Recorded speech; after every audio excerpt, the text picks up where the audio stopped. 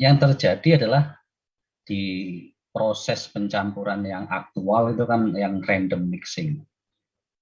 Itu sudah baik random mixing gitu ya. Tapi kalau kita mendapatkan kondisi yang kondisi yang ideal mixing itu susah sekali didapatkan kondisi itu. Nah, saya sekarang akan menjelaskan tentang lanjutan dari mixing ini, di mana kalau kita mencampur yang minggu kemarin saya jelaskan yang fasenya padat-padat, sekarang saya jelaskan yang fasenya padat cair, gitu ya, padat cair. Oke, sekarang kan saya share screen, saya akan munculkan PowerPoint.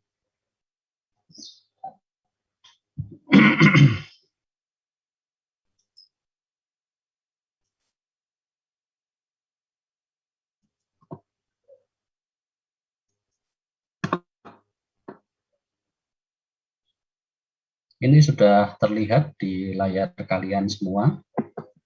Terlihat, Pak. Oke. Recording in progress.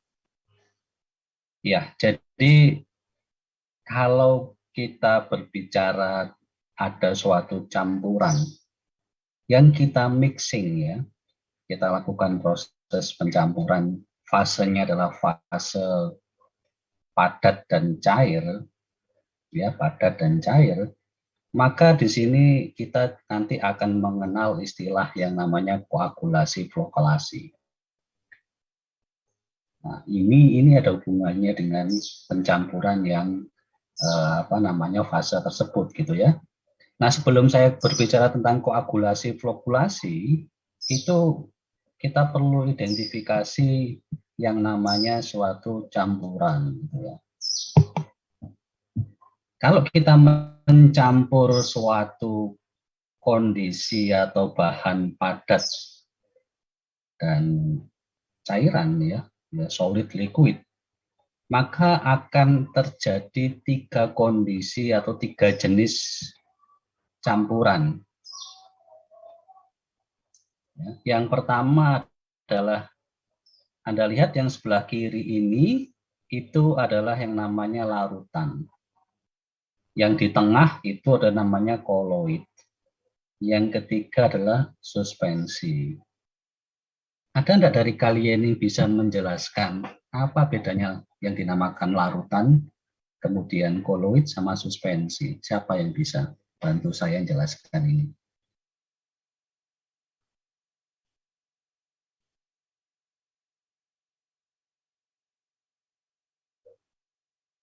Jadi kapan dia dikatakan suatu larutan? Kapan dia dikatakan koloid? Kapan dia dikatakan suspensi? Ada yang bisa bantu? Ini pelajaran SMA loh ya.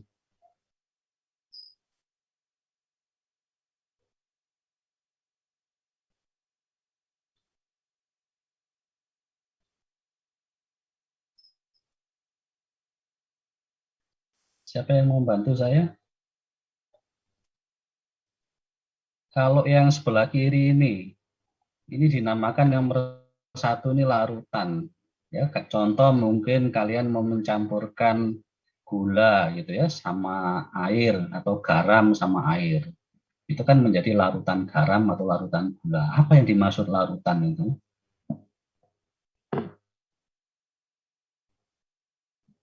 Ayo, siapa yang bisa menjelaskan? Mbak Devina, coba Mbak Devina bisa nggak menjelaskan ini?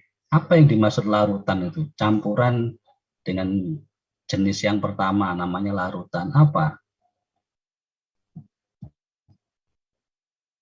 Mbak Devina mana?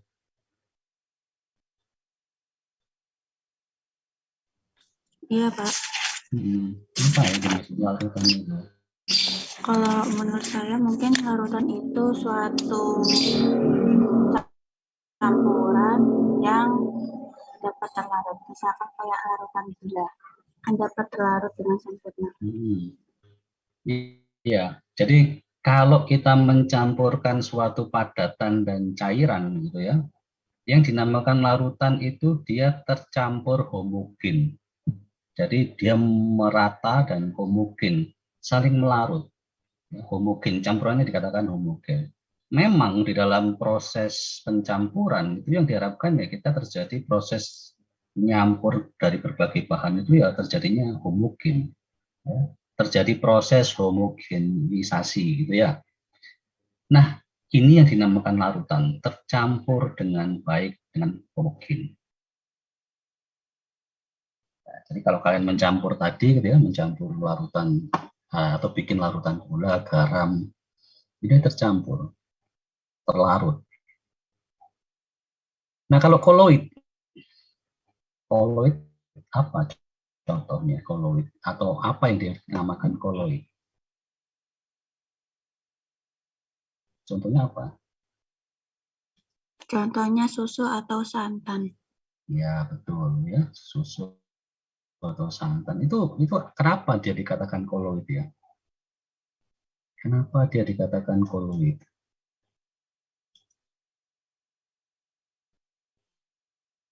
Coba Mas Geraldo ada Mas Geraldo? Apa Mas Geraldo? Apa yang dinamakan koloid? Kalau itu dari yang saya baca itu ukurannya Ya. itu lebih dari 100 nanometer. Terus dapat disaring menggunakan penyaring ultra tapi ya Pak. Ya, ultra filter ya.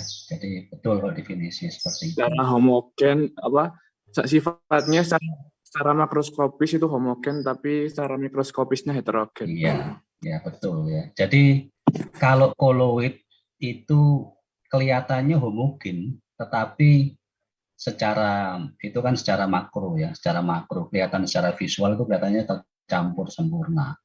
Ya tadi ya sebutkan kayak ada bikin santan, terus kemudian ada susu gitu ya, atau mungkin Anda bikin kanji yang ada jadi apa namanya yang ya kental itu ya sudah dipanaskan dan campurkan dengan air tepung kanji atau mungkin bikin agar-agar gitu ya. Nah, itu dia kelihatannya tercampur, tetapi ya secara makro dia kelihatannya homogen, tapi sebenarnya dia tidak tercampur. Ya, dia di situ hanya terdispersi secara sempurna. Jadi terdispersi itu dia merata semuanya di bagian, tapi dia tidak tercampur. Makanya dia tidak dinamakan larutan, tetapi dia hanya terdispersi secara sempurna di seluruh bagian bahan yang kita campur. Nah, ini yang dinamakan koloid. Jadi koloid itu masih bisa kita pisahkan, Tapi kalau larutan ya bisa kita pisahkan, tetapi dengan cara yang nanti agak lebih susah dipisahkan ya. Jadi kalau katakanlah Anda punya larutan garam, larutan gula, ya nanti bisa kita pisahkan antara garam dengan airnya atau gula dengan air dengan pemanasan kan dengan evaporasi kan nanti akan terpisah juga ya. Tetapi kalau yang nanti yang namanya koloid, yang namanya nanti suspensi itu bisa kita pisahkan menggunakan prinsip dasar adanya gaya sedimentasi. Gaya gravitasi yang dinamakan nanti prosesnya sedimentasi atau filtrasi. Jadi bisa. Jadi kalau yang koloid sama suspensi itu masih memungkinkan untuk kita pisahkan dengan metode sedimentasi dan filtrasi. Nah ini juga nanti akan kita pelajari ya, sedimentasi dan filtrasi ini akan kita pelajari. Oke, jadi koloid seperti ini terlihat tercampur tetapi tidak melarut, dia tidak saling melarut, tapi dia koloid itu adalah suatu kondisi di mana ya campurannya terdispersi secara merata. Nah, sedangkan yang suspensi, ya Anda lihat di sini yang gambar paling kanan sendiri ini, ya ini campuran antara padat dan cairan gitu ya. Contohnya mungkin Anda bikin kopi gitu kan. Jadi bikin kopi dari bukan bubuk kopi yang halus sekali gitu ya yang bisa larut, tetapi dari biji kopi yang dihaluskan gitu kan. Kemudian ada bikin kopi-kopi biasa itu maka kan ada endapan, biasanya ada endapan. Nah, contohnya seperti itu. Jadi kalau kita nanti diamkan, otomatis nanti yang namanya suspensi mesti ada yang mengendap. Atau mungkin aplikasi lainnya kalau Anda lihat air sungai yang keruh gitu ya, kalau Anda diamkan, nah maka ada juga nanti partikel-partikel yang mengendap. Nah, ini yang namanya suspensi. Jadi dia suspensi ini akan lebih mengendap. Nah, kalau yang koloid dia tidak bisa mengendap karena di situ ada terjadi namanya efek Tyndall. Ya. Nah, dengan kondisi seperti itulah gimana kita memisahkannya, Pak, untuk yang fase koloid ini. Jadi koloid itu nanti ya perlu yang kita namakan ini ya, kita tuliskan. Jadi kalau yang koloid itu bisa kita pisahkan dengan cara ini. Kalau koloid itu kita pisahkan dengan cara ya ini bisa kita lakukan sedimentasi. Jadi kalau sedimentasi berdasarkan gaya gravitasi dan juga nanti pakai sentrifugasi. Jadi pakai alatnya namanya centrifuge. Jadi kalau nanti kalian menemukan kondisi koloid, ya, itu ya bisa pakai sedimentasi sama sentrifugasi. Atau mungkin yang ketiga bisa juga ditambahkan pakai filtrasi, tapi filtrasi yang sangat ultra ya, jadi ukuran filternya sangat kecil sekali. Tapi kan ya kalau filter yang ukurannya kecil mahal gitu ya. Nah, ini kita yang pakai yang proses yang umum saja. Sedangkan yang kalau suspensi, nah suspensi itu kita bisa pisahkan ya, untuk kita memisahkannya itu dengan cara ya ya ini bisa juga sama, dia sedimentasi sama, nah ini kan dia bisa filtrasi, sedimentasi, bisa juga yang sentrifugasi.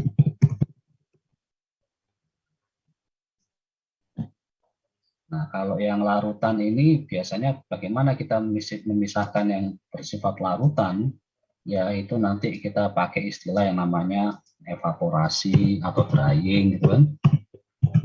Evaporasi, bisa drying, pengeringan.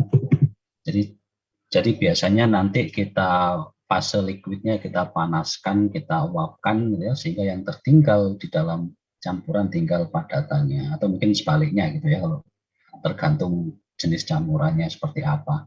Nah, inilah yang kita namakan kondisi suatu campuran. Jadi kondisi campuran suatu partikel padat dan cair ini nanti menentukan bagaimana kita melakukan treatment, pengolahan.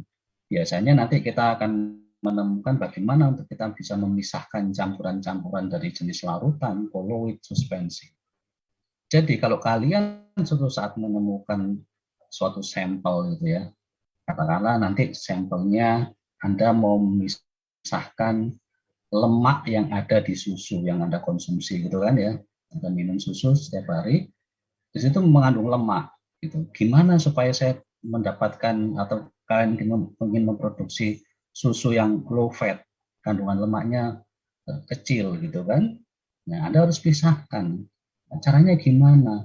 Nanti kita itu kan kalau campuran antara lemak dengan cairan gitu ya, dalam suatu katakanlah saya kasih sampel tadi adalah susu cair, susu sapi, maka itu nanti namanya adalah emulsi. Atau contoh lagi campuran minyak dan air gitu ya. Minyak dan air kalau komposisi minyaknya kecil dibandingkan air, maka jadinya juga seperti ini gitu ya. Atau mungkin santan ya, santan juga ada minyaknya. Kalau kalian panaskan santan itu lama-lama juga akan muncul minyak. Nah, itu kan berarti sebenarnya campuran juga ada minyaknya. Nah, bagaimana kita ngambil minyak yang ada di dalam santan? Nah, itu bisa pakai berbagai macam cara kan gitu ya. Pemanasan bisa, kemudian sentrifugasi bisa. Nah, biasanya nanti ini ada hubungannya dengan praktikum di UTK 1. Jadi kalau yang nanti Anda praktekkan kan di UTK 1 kan masih 4 judul ya. Kalau kondisi normal kita punya 8 judul. Kita punya 8 judul. Salah satu judul yang memang tidak kita praktekkan karena memang kondisi pandemi adalah filtrasi dan sentrifuga. Kita hubungkan dengan 3 macam kondisi campuran padatan dan cairan, yaitu ada 3, larutan, koloid, dan suspensi. Nah, filtrasi, sedimentasi, dan sentrifugasi itu kalau kondisi normal kita praktekkan di laboratorium UTK 1. Ya, jadi ini kenapa saya perlu jelaskan karena ini tidak lepas dari ya materi UTK 1 gitu ya. Jadi harus Anda ketahui. Nah, sekarang yang jadi masalah adalah kalau kondisi kita adalah kita berada dalam kondisi koloid ya, atau bisa dikatakan emulsi, atau juga dalam kondisi suspensi. Nah, bagaimana kita melakukan proses sedimentasi atau mungkin sentrifugasi atau nanti di dalam suspensi itu kita sedimentasi juga biar prosesnya cepat. Nah, salah satu caranya adalah dengan metode yang namanya koagulasi flokulasi. Metode koagulasi flokulasi ini adalah salah satu metode yang merupakan aplikasi dari, ya kemarin sudah saya kasih contoh adalah aglomerasi, menggabungkan partikel-partikel yang ukurannya kecil menjadi partikel yang nanti dia akan berikatan satu sama lain dan ukurannya menjadi lebih besar, sehingga nanti dia bisa, kalau ukurannya besar, masanya juga makin bertambah, proses pengendapannya atau proses sedimentasinya juga akan semakin cepat. Karena apa? Ada gaya gravitasi. Ingat, bahwa proses sedimentasi itu dipengaruhi oleh adanya gaya gravitasi. Kalau proses sentrifugasi karena ada gaya sentrifugal. Tahu enggak bedanya gaya gravitasi dan gaya sentrifugal? Tahu enggak Anda bedanya? Jadi proses sedimentasi itu dipengaruhi oleh gaya gravitasi. Proses sentrifugasi itu dipengaruhi oleh gaya sentrifugal. Bedanya gaya gravitasi dan gaya sentrifugal itu apa?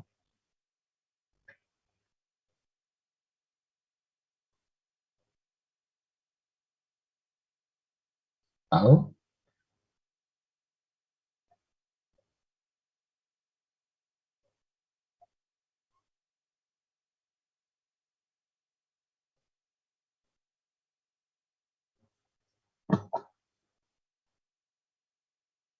Ada yang tahu apa bedanya gaya gravitasi dan gaya sentrifugal?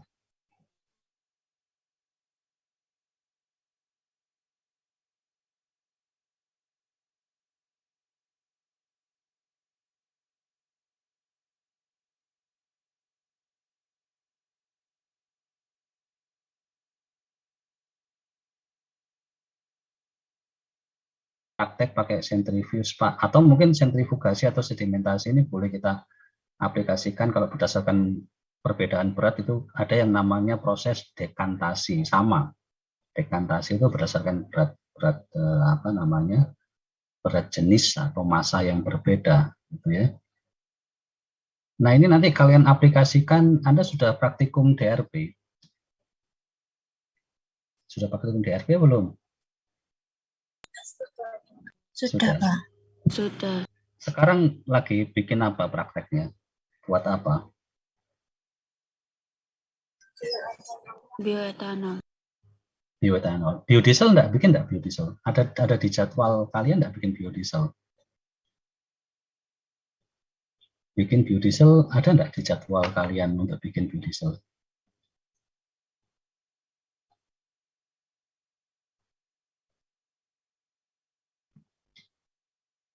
Untuk praktek DRP apa ya praktek yang dipraktekkan?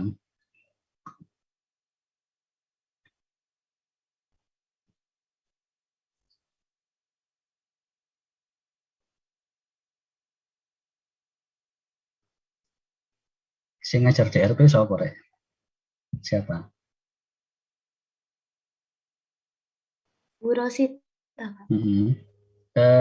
Ada di situ jadwal untuk pembuatan biodiesel enggak? Ada enggak? Biodiesel. Apa enggak ada tahun ini? Ada apa enggak? Ada tapi tidak diterapkan, Pak. Praktekan. Oh, ya. Tapi sudah dijelaskan. Enggak dijelaskan atau belum? Masih belum, Pak. Oke. Ya, jadi dalam proses pembuatan biodiesel itu nanti ada produk ya, 2 produk yang dihasilkan. Nah, ada yang main produk, ada yang side produk ya, produk utama dan produk samping. Yang produk utamanya ya biodiesel itu ya atau methyl ester. Nah, produk sampingnya adalah gliserol. Ya, gliserol ya atau gliserin. Nah, kalau kalian nanti akan mendapatkan dari hasil reaksi pembuatan biodiesel ya untuk reaksi transesterifikasi, maka produk itu nanti kalian harus pisahkan. Nah, pisahkannya di mana? Pakai proses dekantasi di dalam corong pisah. Methyl ester itu nanti akan di lapisan atas, gliserolnya ada di bawah. Kenapa kok bisa seperti itu? Karena perbedaan berat jenis. Methyl ester berat jenisnya lebih kecil daripada gliserol, sehingga methyl ester di atas, gliserolnya di bawah. Nah, kalian nanti akan memisahkan produk itu menggunakan proses, ya sebetulnya prinsipnya berdasarkan gaya gravitasi gitu ya, di mana nanti massa atau yang berat jenisnya suatu senyawa itu lebih berat, maka akan ada di bawah, yang ringan akan di atas ya, seperti campuran minyak dengan air kan gitu kan. Kenapa minyak dan air tidak bisa tercampur ya? Karena beda berat jenis. Nah, seperti itu ya. Jadi intinya adalah massa atau berat jenis suatu komponen itu menentukan kecepatan atau ya dia proses mengendapnya itu tergantung dari, yaitu yang dinamakan proses sedimentasi. Artinya gaya sedimentasi itu kan atau gaya jatuh dari suatu partikel itu kan ditentukan dari massa dan gravitasinya. Sedangkan sentrifugasi atau gaya sentrifugal itu merupakan percepatan dari gaya gravitasi. Yang dimaksud dengan percepatan atau peningkatan gaya gravitasi apa? Dengan adanya gaya sentrifugal itu gaya putar yang berputar yang mengacu pada satu titik pusat. Jadi kayak diputar gitu kan dia. Ya bayangkan ya kalian lihat ini komedi putar atau apalah yang berputar gitu ya, berputar. Putarannya itu berpusat pada satu titik pusat ya. Nah, ya inilah yang namanya gaya sentrifugal. Nah, kenapa Pak kok perlu diputar seperti itu? Dengan adanya perputaran tersebut, maka gaya gravitasinya akan meningkat, bisa berkali-kali lipat kecepatan pengendapannya. Karena apa? Dengan adanya gaya sentrifugal itu bisa meningkatkan gaya gravitasi mungkin di atas 1000 kalinya gaya gravitasi normal. Ya, jadi kalau gaya gravitasi normal kan G itu kan 9,8 meter per second ya. Nah, kalau dengan adanya perputaran maka dia akan 1000 kali bahkan lebih besar dari itu kecepatannya. Ya. Nah, inilah makanya keunggulan dari sedimentasi dan sentrifugasi itu adalah sentrifugasi punya kecepatan pengendapan yang lebih cepat. Karena ada apa? Di situ terjadi proses atau perputaran yang dinamakan gaya sentrifugal. Nah, ini yang nanti sebenarnya akan juga saya jelaskan gitu ya, sedimentasi dan sentrifugasi. Tapi nanti sentrifugasi akan saya jelaskan belakangan. Nah, sekarang kita akan berbicara sedimentasi. Yang kita aplikasikan di mana? Di suatu campuran yang bersifat koloid maupun suspensi. Oke.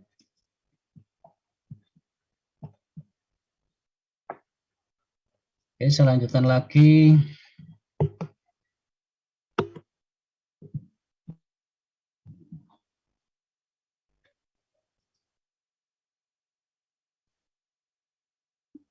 Nah, ini kalau yang apa tadi ya sudah dijelaskan oleh apa namanya Mas Geraldo tadi ya. Jadi koloid itu apa ya?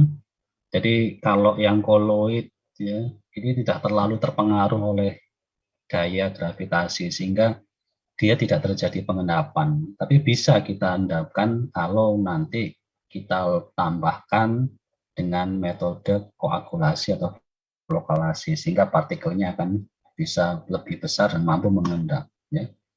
Nah inilah kondisi-kondisi di mana ada larutan, koloid, dan suspensi. Ukuran partikelnya bisa kalian lihat. Metode pemisahannya ini, ya jadi kalau yang tadi bisa pakai evaporasi atau mungkin membran ini, kalau ini ultrafiltrasi, ya kalau yang suspensi, yang koloid tadi ultrafiltrasi, suspensi itu bisa pakai filtrasi, ya, langsung difiltrasi. Tetapi koloid ini biasanya untuk yang teknologi membran dan ultrafiltrasi, baik di larutan dan koloid itu ya biayanya mahal, maka ya yang paling murah ya kita evaporasi untuk larutan dan koloid itu kita pakai koagulasi, flokulasi. Ya, ini yang apa namanya kita bisa lakukan dengan kondisi yang proses yang sederhana. Oke, selanjutnya. Jadi kalau di sini partikel yang koloid atau campuran yang koloid, dia tidak bisa langsung difiltrasi atau disedimentasi. Maka perlu dilakukan yang namanya koagulasi, flokulasi, kemudian sedimentasi, baru difiltrasi. Jadi untuk menangani atau kalian mentreatment suatu kondisi campuran yang bersifat koloid, itu harus melalui tahap-tahap yang ini, ya, yang di bawah ini. Jadi koagulasi dulu, kemudian flokulasi, kemudian sedimentasi, baru filtrasi. Jadi tidak bisa langsung dia ke proses filtrasi atau sedimentasi. Nah inilah tahapan yang harus kalian lakukan dan kalian pahami. Jadi koagulasi sama flokulasi itu satu pasangan, gitu ya. Jadi tidak berdiri sendiri, koagulasi saja atau flokulasi saja. Biasanya ini satu set. Kalau kita melakukan koagulasi, maka kita lanjutkan dengan yang namanya flokulasi. Nah, ini yang akan saya jelaskan hari ini. Koagulasi sama flokulasi itu adalah prinsip dari aglomerasi, size enlargement. Supaya apa dilakukan size enlargement, supaya massa partikelnya yang kecil-kecil sekali menjadi lebih besar, sehingga kalau lebih besar maka otomatis massanya akan lebih berat dan dia akan bisa kita lakukan proses sedimentasi. Kalau terjadi proses sedimentasi, bagaimana mendapatkan endapannya ini, ya kita bisa lakukan lanjutannya adalah proses filtrasi. Nah itu yang nanti akan kita jelaskan di dalam kuliah hari ini, gitu ya. Nah sekarang ini penjelasan tentang koagulasi. Jadi yang namanya koagulasi sama flokulasi ini adalah kita menambahkan suatu bahan tambahan gitu ya. Ada suatu zat yang kita tambahkan baik di proses koagulasi maupun proses flokulasi. Jadi harus ada kita tambahkan suatu senyawa. Atau nanti namanya kalau senyawa yang kita tambahkan adalah untuk proses koagulasi adalah koagulan, untuk proses flokulasi adalah flokulan namanya. Nah, dalam kondisi koloid itu biasanya partikel-partikelnya dia kondisinya stabil. Nah, dengan penambahan koagulan maupun flokulan, nanti kita buat tidak stabil, gitu ya. Karena kalau dia kondisinya stabil, dia tidak akan terjadi proses pengendapan. Ya, sehingga kita harus kondisikan tidak stabil atau kita namakan terdestabil. Jadi kita tidak mau dia kondisinya tenang, harus kita kondisi kita buat tidak stabil, gitu kan? Sehingga kalau dalam koagulasi dia akan mengalami aglomerasi dan bentuk agregat. Jadi agregat ini kan kemarin sudah saya jelaskan, kumpulan dari partikel-partikel kecil yang saling berikatan, gitu kan, satu sama lain. Nah, sedangkan flokulasi hampir sama, gitu ya. Jadi dari agregat-agregat partikel-partikel kecil nanti saling bergandengan lagi, ya, bergabung lagi, maka nanti akan dinamakan flock. Sehingga kalau flock ini otomatis dia ukurannya lebih besar, masanya lebih berat, sehingga dia bisa nanti terjadi proses pengendapan atau sedimentasi. Karena apa? Karena pengaruh gaya gravitasi. Nah, jadi ini koagulasi dan flokulasi ini satu paket. Penambahan koagulan sama flokulan itu juga berurutan. Nah, kalau sudah terjadi proses gravitasi, maka kita lakukan proses filtrasi. Ya. Jadi filtrasi, ya kita bisa pakai media filter gitu ya. Bahan bisa pakai bahan semi permeable ya, atau bahkan bahan filter biasa gitu ya, dari kertas saring dan lain-lain bisa. Nah, ini salah satu contoh pengaplikasian proses koagulasi dan flokulasi. Nah, ini nanti kita temukan di mana? Biasanya dalam suatu industri itu ada kondisi untuk pengolahan air gitu ya. Entah itu air proses atau mungkin air limbah. Kalau air proses biasanya dari air sungai gitu ya. Dari air sungai di sekitar pabrik kita ambil atau mungkin air sumur yang mungkin kondisinya tidak memenuhi syarat ya, parameter fisiknya belum memenuhi, maka kita perlu lakukan proses koagulasi dan flokulasi. Nah, biasanya di sini untuk proses koagulasi itu kita memang menambahkan bahan kimia yang dinamakan koagulan sama flokulan. Nah, biasanya dalam koagulan ini kita tambahkan dalam suatu air gitu ya. Ini adalah raw water ya, entah ini dari sungai yang masuk gitu. Kemudian dalam proses ini itu kalau kita menambahkan koagulan itu dilakukan yang namanya rapid mixing. Artinya diaduk dengan kecepatan tinggi. Kecepatan putar pengadukannya cepat. Kenapa kok harus seperti itu? Ya karena supaya nanti partikel-partikel yang dalam kondisi stabil itu tadi, jadi partikel-partikel yang ada di raw water ini akan kondisinya tidak stabil, apalagi nanti ditambahkan koagulan. Ya ini memang harus ada yang namanya rapid mixing. Diaduk dengan kecepatan putar pengaduknya yang sangat cepat. Cuma syaratnya ini tidak boleh waktunya lama. Jadi dia dilakukan proses pengadukan dengan kecepatan putar pengaduknya itu yang cepat, tapi waktunya pendek, mungkin sekitar 1 menit atau mungkin bahkan detik gitu ya. Jadi nggak boleh lama-lama. Yang penting pokoknya koagulannya bisa tercampur, nggak boleh lama. Nah, kemudian dari proses penambahan koagulan di sini, ini ada yang namanya slow mixing. Nah, slow mixing ini di sini sudah terbentuk aglomerasi, kan? Terbentuk proses aglomerasi dan produk dari aglomerasi adalah aglomerat. Nah, bagaimana nanti dari aglomerat ini terbentuk vlog ya, vlog ya. Nah, di sini sebenarnya kita ada yang belum ditambahkan. Itu ditambahkan flokulan. Ya, flokulan ditambahkan. Nah, tapi pada saat penambahan flokulan ini pengadukannya harus pelan, slow mixing. Nah, kalau di slow mixing ini mungkin bisa diaduk dalam waktu yang lama, mungkin 1 jam. Jadi untuk yang flokulan, jadi ini gambarnya kurang ya. Jadi ada koagulan addition, di sini ada flokulan addition. Nah, jadi kalau saya tambahkan di sini,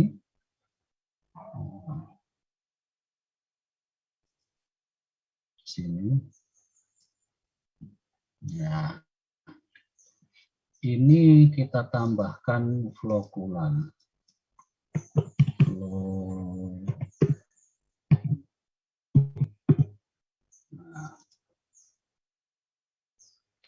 Kita tambahkan flokulan di tempat yang kedua, di sini ada pengadukan juga, ya, pengadukan yang lambat. Nah, aglomerat yang tadi sudah terbentuk, maka kita tambahkan flokulan, dia akan terbentuk vlog-vlog. Aglomerat itu akan bergabung-gabung, akan menjadi vlog. Nah, di sana, ini kenapa kok enggak harus kita pakai slow, Pak, enggak rapid mixing, karena nanti kalau ini kita lakukan yang di bejana kedua atau tangki kedua yang tempat flokulan kita masukkan, kalau ini kita lakukan proses pengadukan yang cepat, maka aglomerat yang terbentuk itu nanti kalau ini kita putar dengan kecepatan putar yang tinggi gitu ya, itu akan pecah lagi gitu. Makanya di sini supaya aglomerat yang terbentuk dari tangki 1 masuk ke tangki 2 ini tidak rusak atau tidak pecah lagi, maka harus dilakukan yang namanya slow mixing. Nah, ini. kita lakukan slow mixing. Jadi pengadukannya pelan. Sehingga aglomerat-aglomerat tadi bisa bergabung karena bantuan flokulan membentuk vlog-vlog. Nah, di sini maka masuk ke tangki yang ketiga atau proses yang ketiga adalah proses klarifikasi, alatnya clarifier. Nah, ini setiap industri pasti ada, ya. Jadi proses clarifying atau alatnya clarifier ini adalah ya tadi, kalau vlog yang sudah terbentuk dari tangki kedua kita masukkan di sini di clarifier. Clarifier kan bentuknya seperti ini ya, seperti conical. Maka dengan bentuk seperti conical, fase yang berat atau mungkin komponen yang berat akan ada di bagian bawah. Ini otomatis vlog-vlognya di sini semua, gitu ya, mengendap ya dengan adanya sedimentasi. Nah, endapan yang terkumpul ini namanya sludge. Nah, sedangkan yang cairan yang di atas ini ya memang cairan yang ingin kita hasilkan atau air yang bersih gitu ya. Tapi di sini masih ada juga partikel-partikel yang ikut, maka kita lanjutkan dengan proses filtrasi. Sehingga yang keluar itu adalah air yang sudah layak untuk dijadikan air proses atau di sini dinamakan air yang sudah kita treatment. Ini adalah salah satu contoh proses di dalam pengolahan air ya. Jadi air proses yang diambil mungkin dari sumber air dari sungai atau mungkin dari sumur gitu ya, supaya ya air yang digunakan tuh dalam proses industri itu memenuhi syarat gitu kan. Nah, jadi jangan nanti Anda kalau membangun pabrik air sungai pokoknya Anda pakai aja gitu tanpa ada melakukan proses seperti ini. Nah, ini adalah salah satu contoh aplikasi dalam proses koagulasi dan flokulasi. Oke, sampai sini ada yang mau ditanyakan atau mau didiskusikan, silahkan kalau ada yang mau ditanyakan.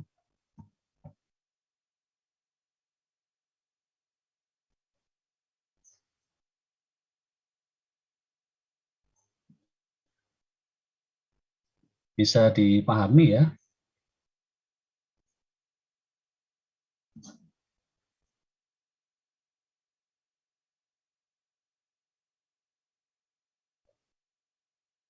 Bisa dipahami?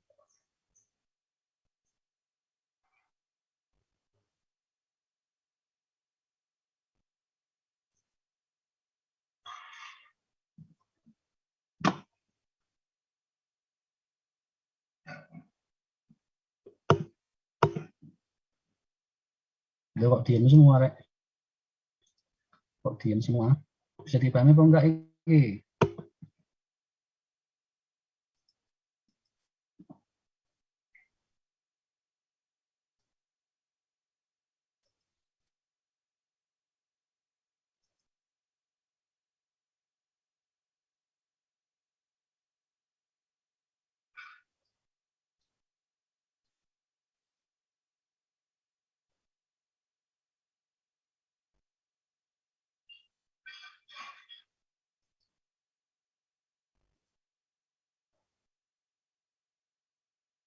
Bisa dimengerti enggak apa yang saya jelaskan?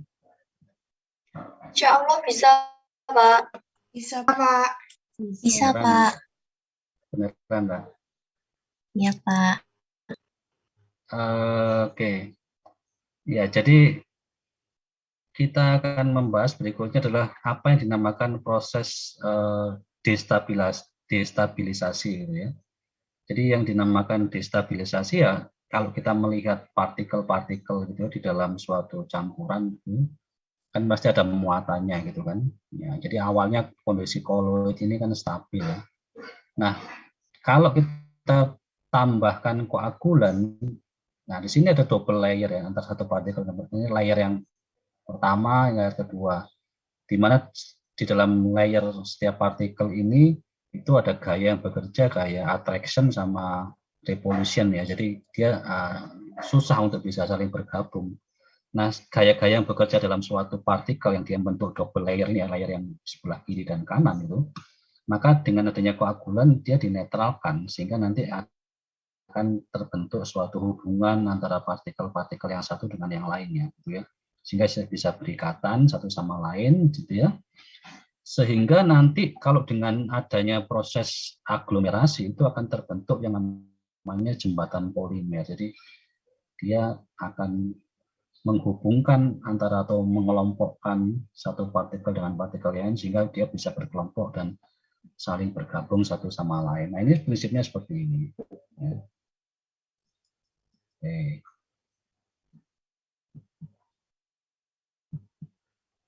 Nah, kemudian jenis koagulan apa saja itu adalah garam Al, Fe, kemudian lime, ya, CaO, CaO.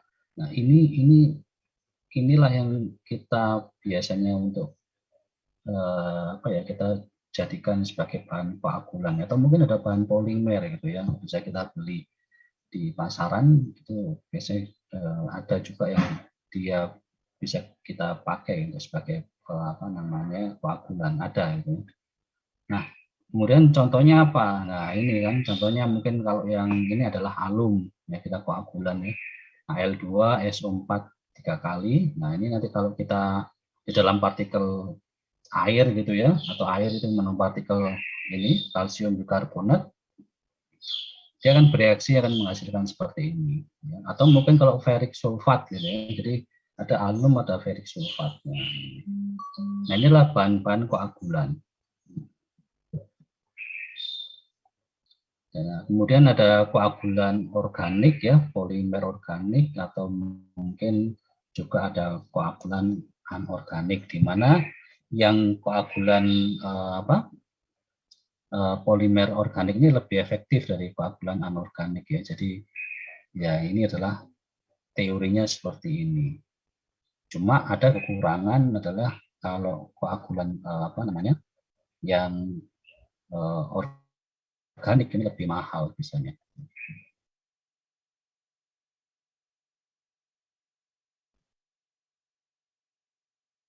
Nah, nanti hal ini sebenarnya juga akan kalian praktekkan ya, proses koagulasi, flokkulasi ini juga nanti kalian akan bisa mencoba kalau nanti kita atau kalian praktikum di praktikum pengolahan limbah.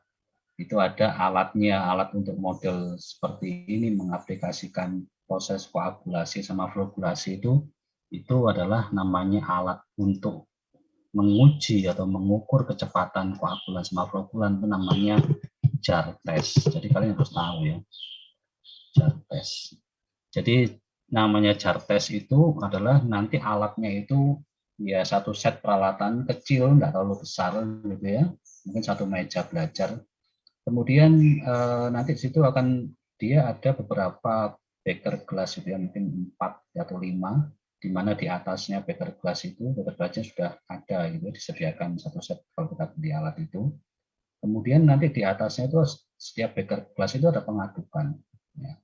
Nah, di dalam alat jar test ini nanti kita bisa melakukan ya, jadi melakukan percobaan dengan berbagai konsentrasi koagulan dan flokkulan dan juga kecepatan putar. Tetapi intinya adalah bahwa kalau ingat ya, kalian menggunakan koagulan, maka kalian mengaduk cepat dengan waktu yang singkat. Ya. Ingat, kecepatan putarnya cepat, tapi waktunya singkat, tak boleh lama-lama. Kemudian dilakukan pengadukan yang kedua, dilanjutkan dengan pengadukan kedua adalah pengadukannya lambat, ya, RPM-nya rendah, kecepatan putarnya rendah, tapi waktunya lama, supaya nanti terbentuk vlog-vlognya semakin banyak dan dia bisa bisa mengendap. Nah, ini harus tetap kalian lakukan proses ini. Nah, nanti ya kalau kalian akan penelitian juga, jadi kenapa ini saya lakukan penjelasan, karena anak-anak biasanya nggak paham gitu ya, koagulasi, flokkulasi yang bikin koagulan gitu ya. Nah, ini merupakan topik penelitian yang cukup menarik. Biasanya yang sekarang dikembangkan sama mahasiswa adalah koagulan-koagulan alami yang ada di sekitar kita gitu ya. Mungkin Anda mau pakai memanfaatkan biji apa gitu ya, biji asam atau apa itu Anda keringkan kemudian menjadi koagulan, menjadi flokkulan, atau mungkin bimbingan saya yang kemarin juga memanfaatkan limbah limbah yang ada di proses pengolahan limbah di IP MOMI untuk menjadi koagulan flokkulan. Nah, itu bisa kita pelajari dan ini menjadi satu topik penelitian yang menarik gitu untuk kita bisa lakukan, karena hampir semua industri itu menerapkan atau memakai yang namanya alat koagulan sama flokkulan dalam proses water treatment-nya ini pasti ada. Jadi alat clarifier tadi, ya, proses koagulasi, flokulasi, proses sedimentasi, proses filtrasi itu pasti ada. Nah, dari apa yang saya jelaskan ini harapan saya kalian bisa menentukan gitu ya, kalau kondisi campuran saya adalah suspensi, oh berarti saya kalau suspensi harus saya langsung treatment bisa filtrasi, tapi kalau fluid nggak bisa, harus kita treatment apa dulu. Nah, harapan saya kalian paham itu. Oh, untuk melakukan eksperimen bagaimana melihat campuran koagulan flokulan dari suatu bahan yang saya teliti, atau kita mencari mensimulasikan proses yang ada di industri seperti apa, maka saya perlu pakai yang namanya jar test, alatnya jar test. Itu kita bisa set ya pengadukan cepatnya berapa RPM, pengadukan lambatnya berapa, waktunya berapa lama, itu bisa otomatis dia mengontrol waktu itu, dan kecepatan putarnya sesuai dengan, dia akan bekerja sesuai dengan yang kita atur gitu ya. Jadi kalian tidak perlu manual dari ngaduk cepat kemudian ngaduk lambat, enggak. Jadi dengan alat jar test ini kita sudah set dari awal, saya kepingin kecepatan putar awalnya sekian RPM, kita 100 RPM, waktunya cuma 1 menit, dilanjutkan pengadukan lambat mungkin 10 RPM, ya, kemudian waktunya 1 jam. Udah kita set dari awal, otomatis semua sistem bekerja dengan otomatis. Tapi ini kita amati akhirnya seperti apa, kan gitu kan. Nah, ini yang namanya alatnya adalah jar test. Tetapi alat yang ada di industri yang real sesungguhnya ada berbagai macam. Tapi ya kembali lagi, kalau kita mengaplikasikan yang namanya proses koagulasi sama flokulasi, maka ada pengadukan cepat dan pengadukan lambat. Ya, itu yang harus kalian ingat-ingat. Nah, kalau boleh saya katakan bahwa koagulasi sama flokulasi ini kan satu set ya. Nah, kalau koagulasi supaya kalian itu nanti ingat, gampang ingat gitu ya. Koagulasi itu boleh dikatakan dia membentuk yang namanya mikroflok atau aglomerat ya, mikroflok. Nah, tetapi kalau pada saat flokulasi itu sudah membentuk yang namanya makroflok. Ya, jadi kalau nanti Anda ditanya sama dosen, ya, sama siapapun ya, apa yang dikatakan koagulasi, apa yang dikatakan flokulasi. Kalau koagulasi itu membentuk namanya mikroflok atau aglomerat. Ya. Dalam proses flokulasi itu terbentuk makroflok. Makroflok itu apa? Gabungan dari aglomerat-aglomerat itu kita gabung lagi sehingga membentuk ukuran yang lebih besar, namanya makroflok. Jadi dalam suatu proses koagulasi flokulasi itu membentuk mikroflok dulu, baru makronya adalah di flokulasi. Jadi mikro baru makro. Itu adalah definisi dari flokulasi dan koagulasi dan flokulasi ya, kebalik. Ini jangan dibolak-balik ya. Jadi koagulasi dan flokulasi itu harus satu set. Dan anak-anak sering biasanya lupa dan tidak paham tentang proses ini. Makanya ini perlu saya berikan ke kalian, harapannya kelas 2D itu bisa paham apa sih koagulasi, flokulasi. Kenapa saya harus melakukan proses ini, gitu ya, sedimentasi, filtrasi, kapan saya pakai itu. Nah, kalian tadi harus bisa mengidentifikasi dari tadi ya kondisi campuran awalnya. Nah, itu harus Anda identifikasi.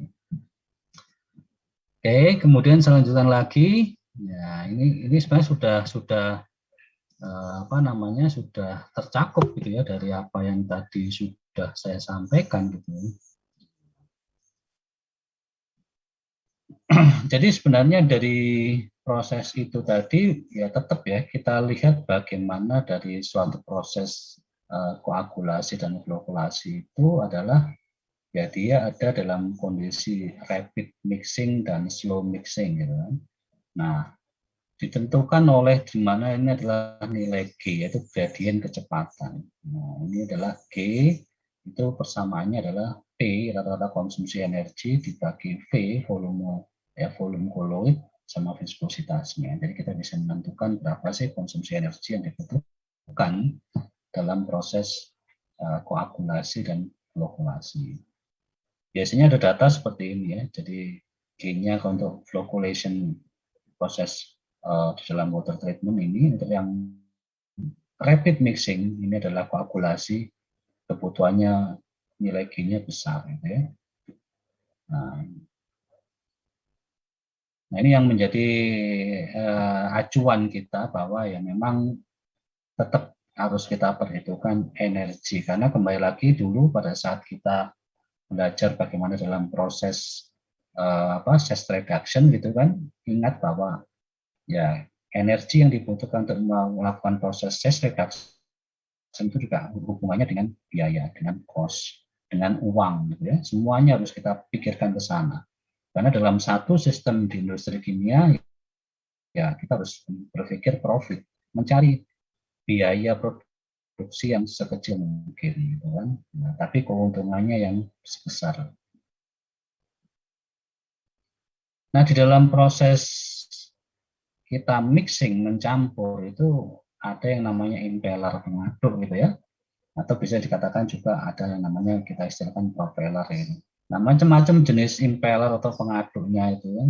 Nah, ada yang bentuknya yang arahnya radial, kemudian ada aksial atau yang arahnya mixed flow. Nah, ini nanti akan kita pelajari dalam teori mixing sendiri, yang bagaimana mekanisme dari jenis-jenis impeller maupun propeller ini terhadap pergerakan proses di dalam pencampuran gitu ya, karena pola aliran atau pola pengadukannya menentukan bagaimana kita bisa mencampur dengan baik. Nah, ini kan, jadi kalau kita melihat dalam proses seperti ini gitu ya, pengaduk itu tidak hanya satu di bagian di bawah, tapi ada di bagian tengah dan atas. Supaya apa? Ya semua harapannya kita bisa mengaduk dengan baik, terjadi proses pengadukan atau pencampuran yang bisa kita harapkan itu tercampur dengan sempurna di semua bagian itu. Nah, macam-macam nanti ya jenis pengaduk ini, ada berbagai macam gitu.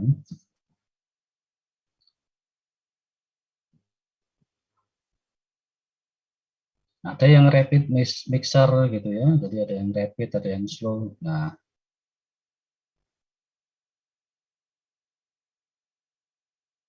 ini, jadi ini adalah tadi yang sudah saya jelaskan, tidak perlu saya jelaskan lagi. Oke.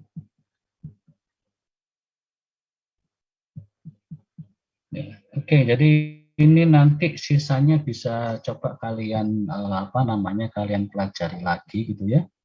Jadi macam-macam flokulator, kemudian ini ada yang namanya clarifier gitu kan. Kemudian jenis koagulasi, flokkulasi bisa batch, bisa continue gitu kan.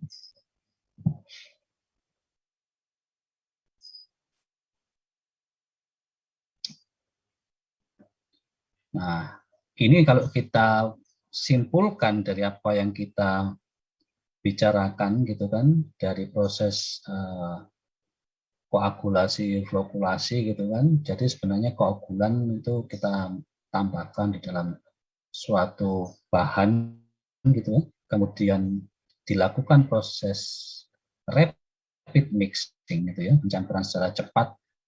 Ini 30 detik sampai 2 menit lah, boleh dikatakan seperti ini waktunya. Kemudian dilanjutkan dengan flokkulasi, itu bisa waktunya adalah 20 sampai 45 menit. Ini adalah slow mixing gitu ya, slow mix. Dan dilanjutkan dengan proses sedimentasi antara waktunya 1 sampai 4 jam, dan terakhir bisa kita lakukan proses filtrasi. Tapi kadang-kadang dengan sedimentasi ini sudah terbentuk suatu produk cairan yang bersih, tapi untuk memastikan supaya tidak ada kontaminan lainnya, maka biasanya kita sambung dengan proses filtrasi. Nah, inilah satu kesatuan sistem di dalam water treatment ya. Jadi water treatment proses dalam suatu industri. Jadi kalau Anda tambahkan koagulan, ini ada partikel-partikel merah, impurities, kemudian koagulan ini akan membentuk ya tadi ya, jembatan polimer antara satu partikel-partikel, sehingga partikel merah ini nanti akan bisa terikat satu sama lain. Ya, dia boleh dikatakan dia ini trap ya, trap itu artinya bisa menjebak gitu ya partikel-partikel warna merah ini, sehingga nanti dia partikel warna merah ini bisa mengendap di bagian bawah. Karena apa? Dia membentuk ukuran partikel yang lebih besar dengan ada warna yang hijau ini ya. Nah, ini seperti ini. Nah, ini salah satu bagaimana kita melakukan proses koagulasi flokkulasi, di mana intinya dari proses koagulasi flokkulasi adalah membentuk partikel-partikel yang lebih besar, sehingga masanya juga akan semakin berat, meningkat, dan kalau massa meningkat maka kecepatan dia mengendap atau secara pengendapannya, sedimentasinya akan menjadi bisa terjadi. Nah, ini yang kita lakukan dalam proses koagulasi flokkulasi. Jadi kalau dia tidak ditambahkan koagulan sama flokulan, ya partikel warna merah ya dia mengambang aja di dalam larutan ini, gitu ya. Jadi dia tidak mau mengendap. Nah, ini yang harus dilakukan bagaimana? Nah, bisa melakukan koagulasi flokkulasi atau dia dipaksa mengendap tadi dengan sudah yang saya jelaskan dengan yang namanya proses sentrifugasi. Meningkatkan kecepatan gaya gravitasi menjadi beberapa kali lipat dengan metode yang namanya sentrifugasi. Adanya gaya sentrifugal. Cuma kenapa itu tidak diaplikasikan ke industri, Pak? Ya, karena investasi untuk membeli alat sentrifugal atau sentrifuge itu mahal sekali, gitu kan. Tapi kalau Anda nanti praktikum di kimia dasar atau apa, kalian pasti biasanya akan dikenalkan dengan sentrifuge. Jadi kalau Anda pisahkan suatu campuran polio itu cepat sekali ya, karena dia putarannya RPM-nya sangat tinggi. Nah, ini yang bisa kita lakukan, intinya adalah bagaimana di dalam suatu campuran itu padatan-padatan itu bisa mengendap cepat. Nah, arahnya ke sana yang betul kita garis bawahi. Cepat itu bisa dengan dua cara, meningkatkan masanya sehingga gravitasinya juga akan bisa naik gitu kan. Yang kedua adalah yaitu tadi dengan adanya gaya gravitasi. Oke, ini yang bisa saya jelaskan untuk hari ini. Ada yang mau ditanyakan atau mungkin mau didiskusikan? Recording Silahkan. stopped. Materi ini akan saya share di Google Classroom yang PowerPoint-nya. Rekamannya juga nanti akan saya share di folder yang khusus untuk teori OTK 1. Jadi Anda tidak perlu khawatir kalau Anda nanti belum paham atau mungkin tadi ketinggalan gitu, nanti Anda bisa pelajari lagi dari apa yang sudah saya sampaikan. Ada yang ingin ditanyakan?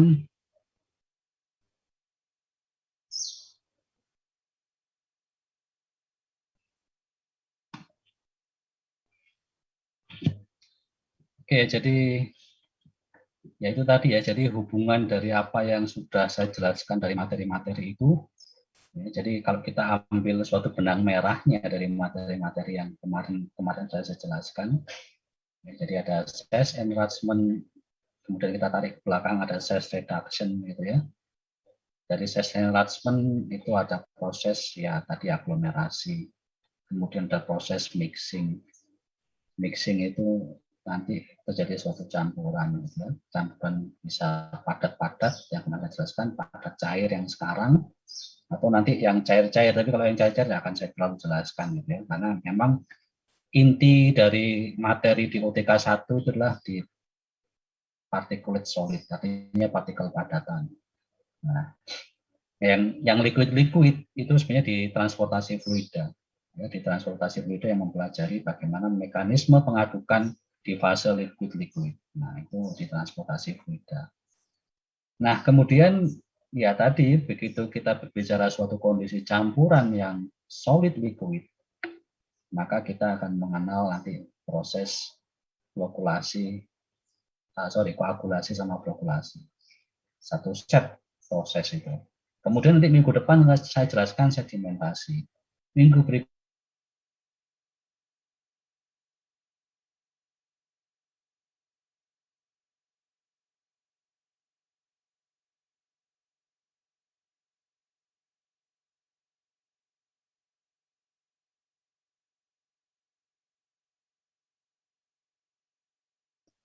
flokkulasi. koagulasi, flokulasi, kemudian nanti ke sedimentasi, masuk ke filtrasi, sudah. Itu yang akan kita pelajari di dalam materi OTK 1. Kita bisa selesaikan nanti insya Allah di minggu ke-16. Nah, nanti di minggu-minggu akhir, nah kita tinggal latihan-latihan aja gitu ya, latihan-latihan soal gitu ya, untuk disedimentasi, untuk di filtrasi gitu kan. Kalau yang ini mungkin belum banyak untuk latihan soalnya. Karena banyak dalam proses ini adalah kita belajar ya pemahaman. Anda harus paham benar gitu ya. Tadi alatnya untuk flokulasi koagulasi apa untuk mengujinya? Alatnya namanya apa? Alatnya apa namanya tadi?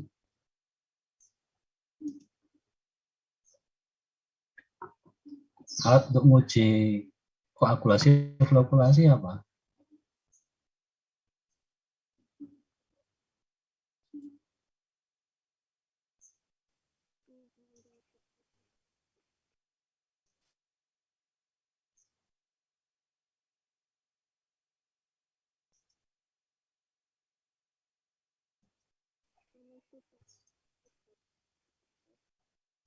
Apa?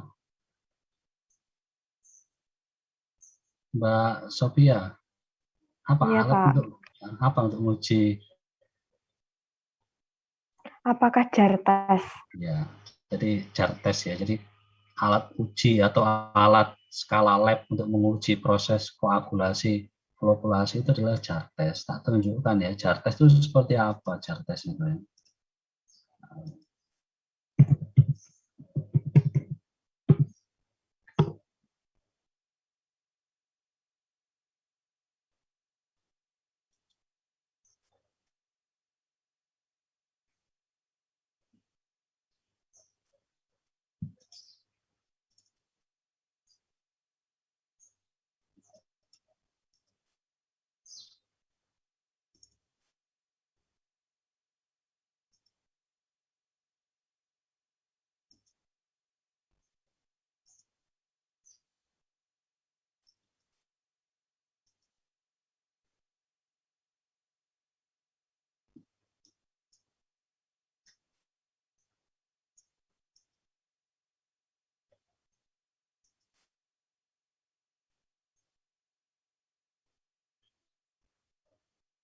Oke, saya tunjukkan dulu alat jar tes itu seperti apa.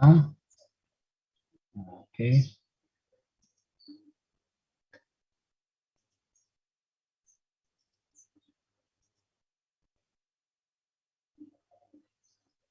Oke, sudah terlihat gambarnya di layar kalian. Sudah, Pak. Nah, ini jar tes. Jadi jar tes itu peralatan ya seperti ini gitu ya. Satu set peralatan, saya tadi bilang ada beberapa beker gelas. Di atas beker gelas ini ada motor pengaduk, di dalamnya ini ada pengadukan. Nah, disinilah dia proses bagaimana kita mempelajari bagaimana kondisi suatu larutan yang bersifat mungkin campuran ya, bukan larutan campuran bersifat koloid, kita endapkan dengan proses koagulasi, flokulasi. Nah, ini kelihatan. Nah, ini semuanya dia mengaduk ya. Jadi nanti kita bisa mengatur pengadukannya cepat atau lambat, waktunya berapa lama dalam kontrol yang ada di atasnya ini. Nah, ini nanti akan kalian pelajari, akan kalian praktekkan di dalam praktikum limbah. Sehingga kalian sudah punya dasarnya bahwa oh, saya supaya untuk mengolah air gitu ya, mentreatment air supaya itu layak, enggak keruh, ya enggak warnanya coklat kayak gini nanti jadi jernih, itu ya saya pakai koagulasi, flokulasi gitu kan. Nah, ini adalah alat untuk bagaimana kita mensimulasikan di dalam skala lab, itu namanya alatnya adalah jar tes.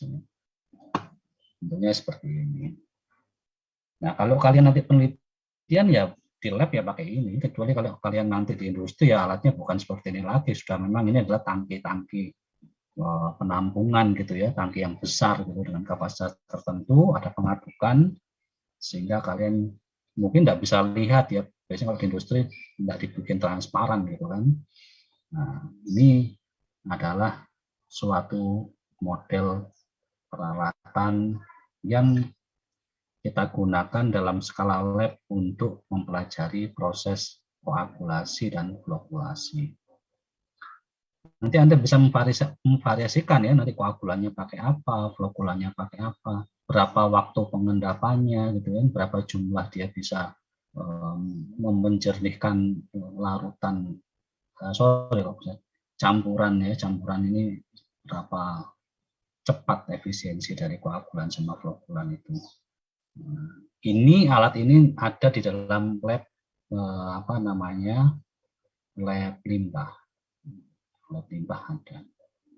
Dan insya Allah itu juga akan kalian praktekkan nanti kalau memang kondisi sudah offline gitu ya. Jadi ini pasti akan diberikan ke kalian. Nah, tapi titik berat kita di dalam OTK tidak hanya di sini, tetapi yang kita lihat adalah dari koagulasi sama flokulasi itulah proses pengendapannya, sedimentasinya atau settling, kecepatan pengendapan itu yang kita pelajari. Gitu. Ya, kemudian ya dari situ kita lanjutkan dengan proses filtrasinya. Nah, ini adalah satu runtutan gitu ya, satu sequence dalam proses pengolahan air di dalam industri yang harus kalian kuasai dan kalian pahami.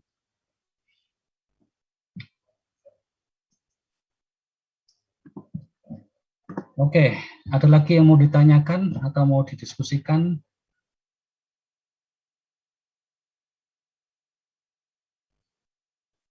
Kalau belum ada, mungkin untuk pertemuan kali ini saya akhiri dulu gitu ya.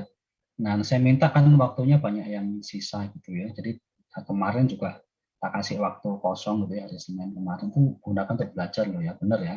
Jangan saya nanti dibikin kecewa, tak kasih waktu banyak, kalian nggak mau belajar ya. Atau mungkin ya kalau kalian belajar atau mungkin kalian udah paham, ya kalian bisa manfaatkan itu untuk mungkin mengerjakan tugas mata kuliah yang lain, silahkan.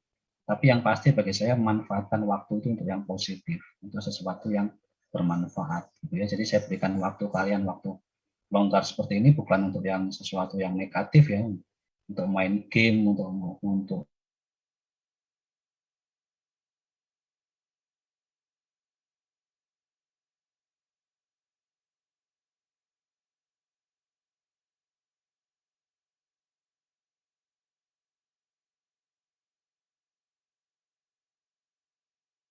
tanya sepilih, ngerti prinsipnya, ngerti pemahamannya, ngerti fungsinya. Kalau saya belajar ini untuk apa, itu yang penting bagi saya, gitu ya.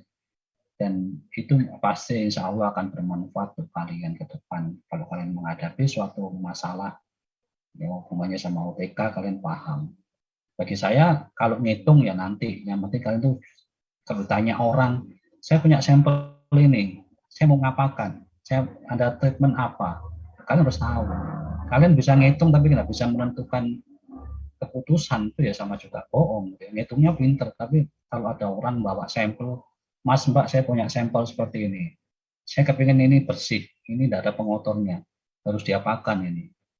Ya kan bingung kalian kalau nggak tahu. Nah, makanya bagi saya, ya ngitung itu nanti nomor 2, tapi kalian paham prinsipnya, kalian paham fundamental dari OTK 1 itu seperti apa, sehingga kalau ada orang tanya atau orang awam tanya, itu kalian bisa menjawab dengan baik. Itu udah kelihatan kompetensi kalian. Daripada bisa ngitung, ditanya nggak tahu, nah itu bagi saya memalukan. Ya, jadi itu yang memang harus saya berikan ke kalian, karena kadang-kadang itu terlewatkan oleh dosen-dosen yang lain. Bukan saya menyalahkan beliau, tapi sudut pandang mereka itu adalah kalian bisa ngitung, tapi tidak bisa memberikan suatu opini, memberikan suatu solusi kalau ada orang tanya. Kadang tanyanya orang itu sederhana, Anda tidak suruh ngitung, ya harus suruh ngitung ya waktunya lama. Ya orang tidak butuh hitung-hitungan, tapi butuh bagaimana kalian bisa memberikan keputusan, memberikan suatu solusi yang cepat. Pada saat itu juga orang bisa tahu. Oh kalau seperti ini Pak, solusinya gini. Nanti Bapak lakukan proses ini, koagulasi, flokulasi, kemudian nanti kita sedimentasi, nanti kita filtrasi. Gitu. Atau kalau sampelnya gini, nanti kita filtrasi aja Pak. Kita punya bahan ini, kita bisa gunakan sebagai media filter, bahan Bapak kita filtrasi aja, udah selesai. Insya Allah bersih.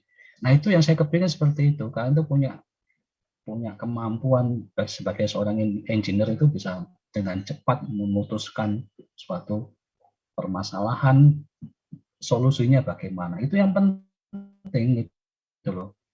Jangan nanti ada orang tanya, oh sebentar Pak ya, saya nanti cek dulu. Nanti saya hitung dulu Pak ya, kesuwen, terlalu lama. Nah, ini yang harus betul-betul kalian nanti akan terlihat performa kalian di situ. Jadi nanti jangan heran ya, Pak Ana kok nggak tahu ngitung-ngitungan. Jadi saya ngitung tuh nanti aja nomor 2. Tapi kalian di hadapan orang itu bisa bicara, bisa ngomong, bisa menyampaikan sesuatu, ngasih solusi yang tepat ya. Jadi nggak ngawur. Nah, ini yang penting itu. Yang penting itu ya. Jadi ini adalah yang bisa saya berikan ke kalian. Kelihatannya sederhana dan harapan saya bisa memberikan manfaat ke kalian, dan itu juga saya butuh bantuan kalian untuk mempelajari lagi. Ini akan percuma kalau kalian juga tidak belajar. Kemudian ada tinggal, ada lupakan, ya percuma, tidak ada manfaatnya. Eman, gitu ya. Saya berikan banyak waktu juga untuk kalian untuk bagaimana belajar dan kita bisa diskusi lagi. Itu yang saya harapkan, sehingga ya kembali lagi bahwa semuanya ini adalah untuk kalian semuanya, bukan untuk saya, bukan untuk siapa. Ini adalah kalian yang akan bisa memanfaatkan ini suatu saat nanti. Oke, itu yang bisa saya sampaikan. Ya harapan saya nanti ada diskusi-diskusi lagi yang akan membuat kelas ini akan bisa lebih gitu ya, interaktif. Saya kepingin seperti itu. Tapi ya enggak perlu dipaksa, kalau kalian sudah paham, sudah jelas ya enggak apa-apa ya. Alhamdulillah saya senang gitu ya. Tapi yang bagi saya nanti enggak senang, kalau saya tanya enggak paham lah, itu kan saya kecewa. Nah itu yang saya enggak harapkan gitu ya. Nah tolong nanti dipelajari lagi, dibaca lagi, dipahami lagi, nah, supaya ini adalah bekal untuk kalian. Oke, itu dari saya yang bisa saya sampaikan hari ini. Saya mohon maaf kalau ada hal-hal yang kurang berkenan atau mungkin salah kata dari saya. Ya, saya akhiri. Assalamualaikum warahmatullahi wabarakatuh. Waalaikumsalam warahmatullahi wabarakatuh. Terima kasih, Pak. Terima kasih, Pak. Oke.